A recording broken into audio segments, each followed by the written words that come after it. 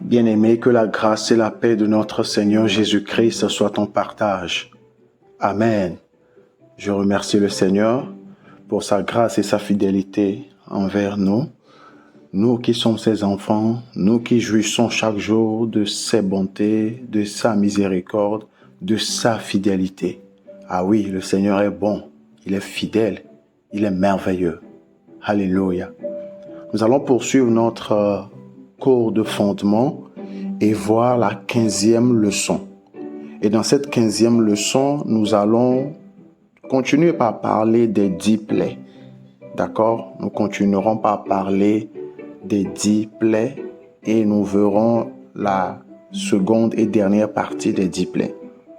Donc, comme verset de base, nous avons Exode le chapitre 3 du verset 19 au verset 20, Exode 15 le verset 3 et le verset 16, Exode le chapitre 7 le verset 4, Deutéronome 4 verset 34, Deutéronome 5 le verset 15 et enfin Deutéronome 7 le verset 19.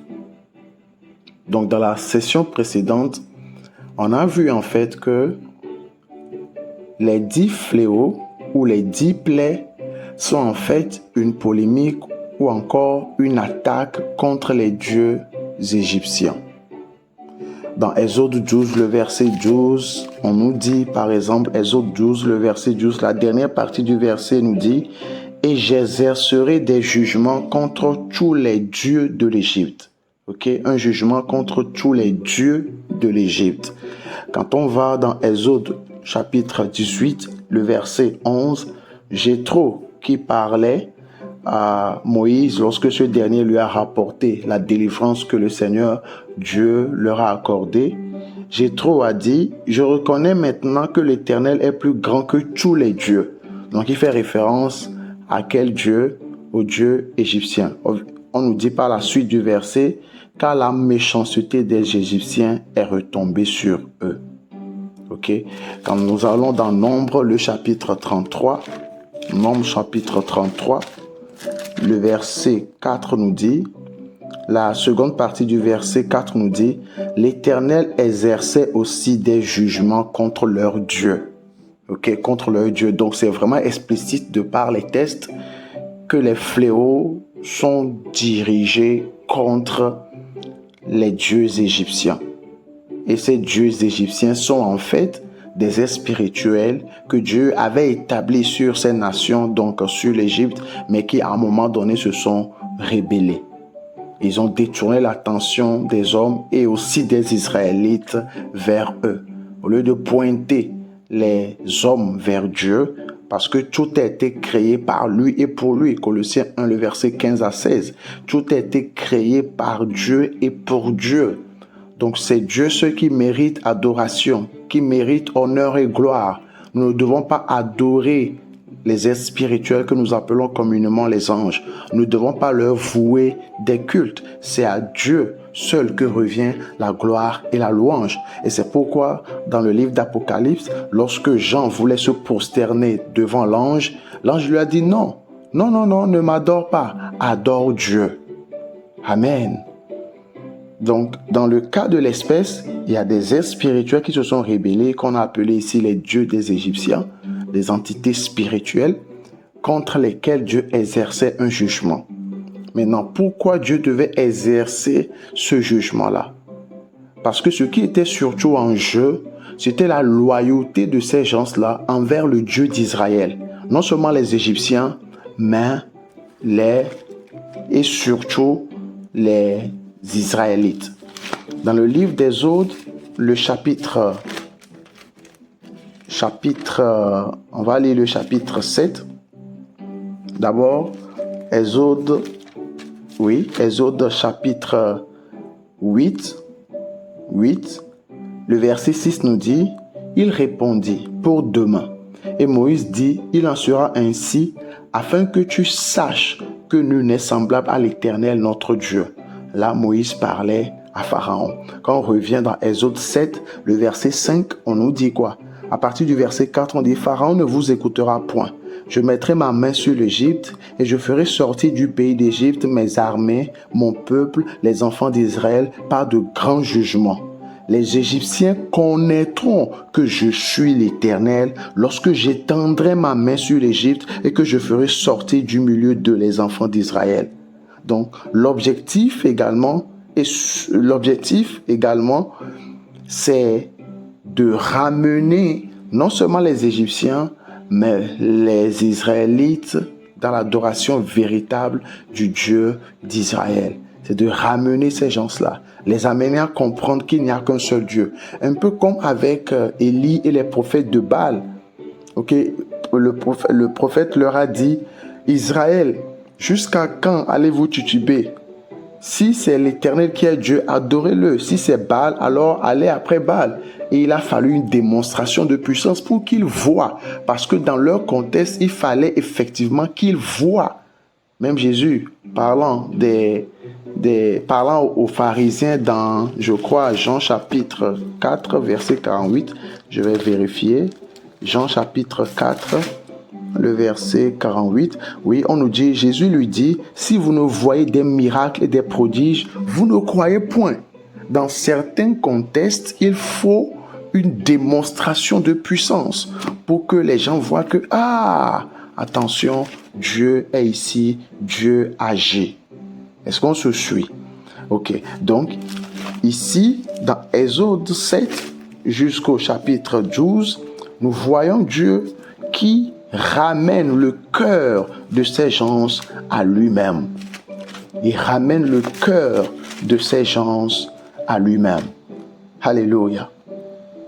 Quand nous lisons Exode, le chapitre 8, le verset 18, il dit, mais en ce jour-là, je distinguerai le pays de Gozen où habite mon peuple, et là, il n'y aura point de mouche, afin que tu saches que moi, l'Éternel, je suis au milieu de ce pays.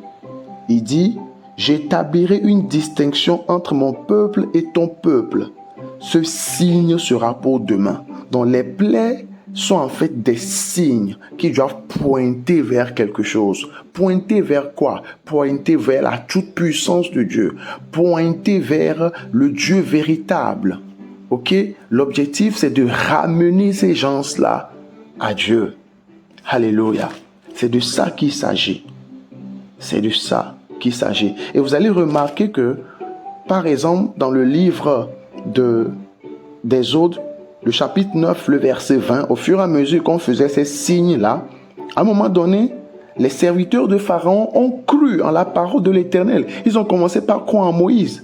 Dans Exode 9, le verset 20, par exemple, nous dit, « Ceux des serviteurs de Pharaon qui craignirent la parole de l'Éternel firent retirer dans les maisons leurs serviteurs et leurs troupeaux.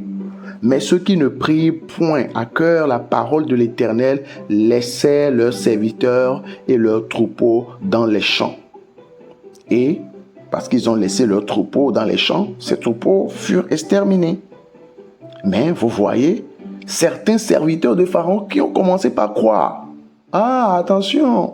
Tout comme les sages-femmes qui ont cru en le Dieu d'Israël et ont préservé la vie des garçons hébreux. De la même manière, au fur et à mesure que les signes se faisaient, les gens ont commencé par croire. Et c'est ce que nous devons surtout retenir dans cette histoire-là. Dieu qui exerce un jugement contre les dieux égyptiens afin de ramener le cœur de ces gens vers lui-même.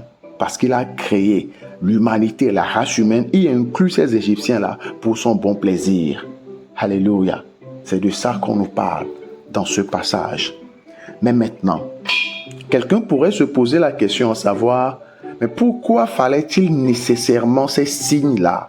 Pourquoi fallait-il nécessairement ces 10 plaies? Pourquoi? Est-ce que c'était vraiment nécessaire? La réponse est oui, c'était nécessaire. Pourquoi? Et c'est ici maintenant qu'intervient le contexte historico-culturel de l'Égypte antique. Ok, donc suivez attentivement cette partie parce que ça va vous aider à mieux comprendre ce dont il s'agit dans Exode chapitre 7 jusqu'au chapitre 12. En Égypte antique, le pharaon était considéré comme l'incarnation du dieu Horus. Il était considéré comme le fils du dieu Ra. Et il était lui-même considéré comme Dieu. Il avait le dernier mot. Est-ce qu'on se suit? Et en Égypte antique, il y a un concept là que le pharaon est chargé ou est mandaté de maintenir au sein du royaume. Ce concept, c'est ce qu'on appelle la math.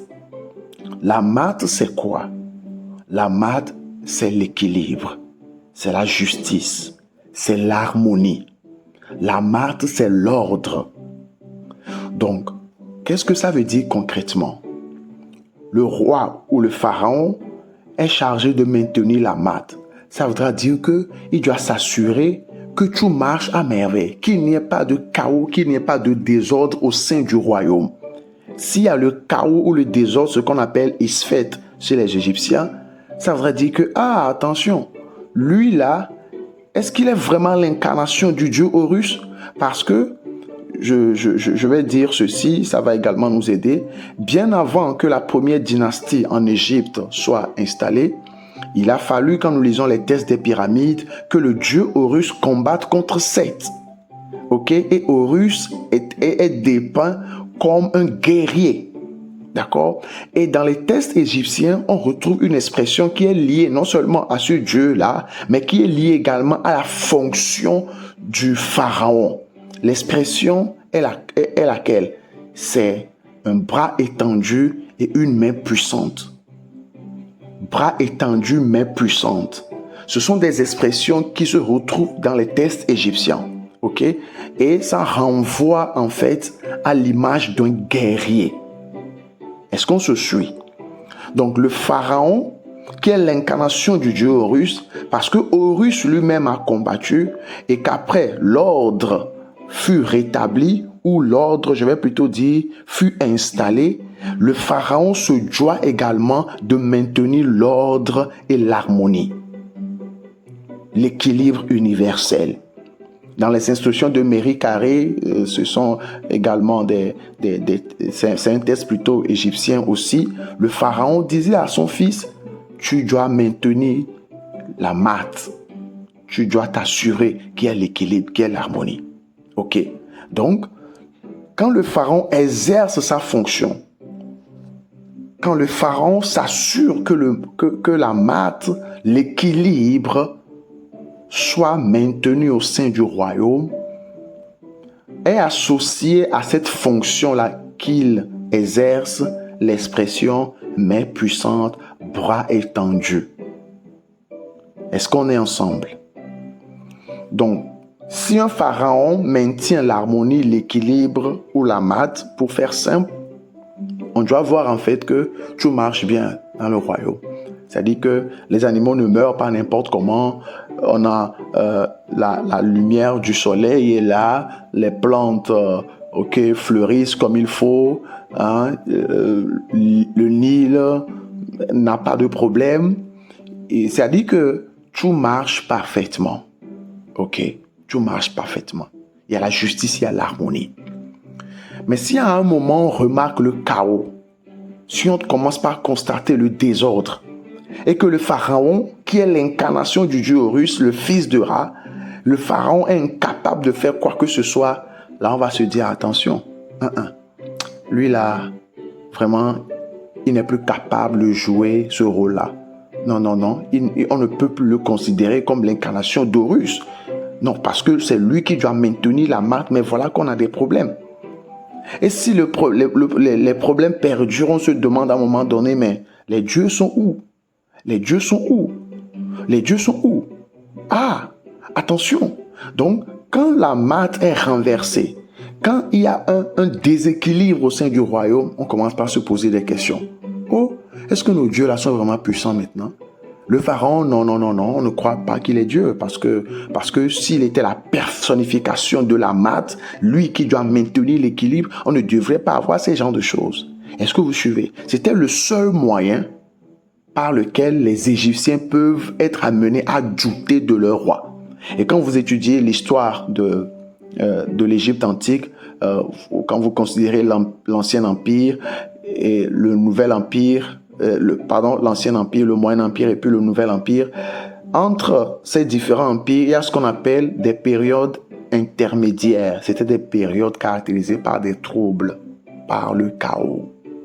À un moment donné, on commence par se dire, lui là, franchement, on n'est pas sûr, hein. On n'est pas sûr, hein. Donc, il fallait ces signes. Vous allez remarquer que tous les signes là ont bouleversé le quotidien des Égyptiens. Au point où, comme je viens de nous lire un passage, certains serviteurs de Pharaon ont commencé par croire Moïse. Ça veut dire qu'ils ont commencé par douter en fait de ce Pharaon-là et de sa capacité. Est-ce que vous suivez? C'était une guerre spirituelle. C'était une guerre spirituelle. Il le fallait. Il fallait cette confrontation. Et c'est pourquoi quand nous lisons le livre d'Exode, dès le chapitre 3,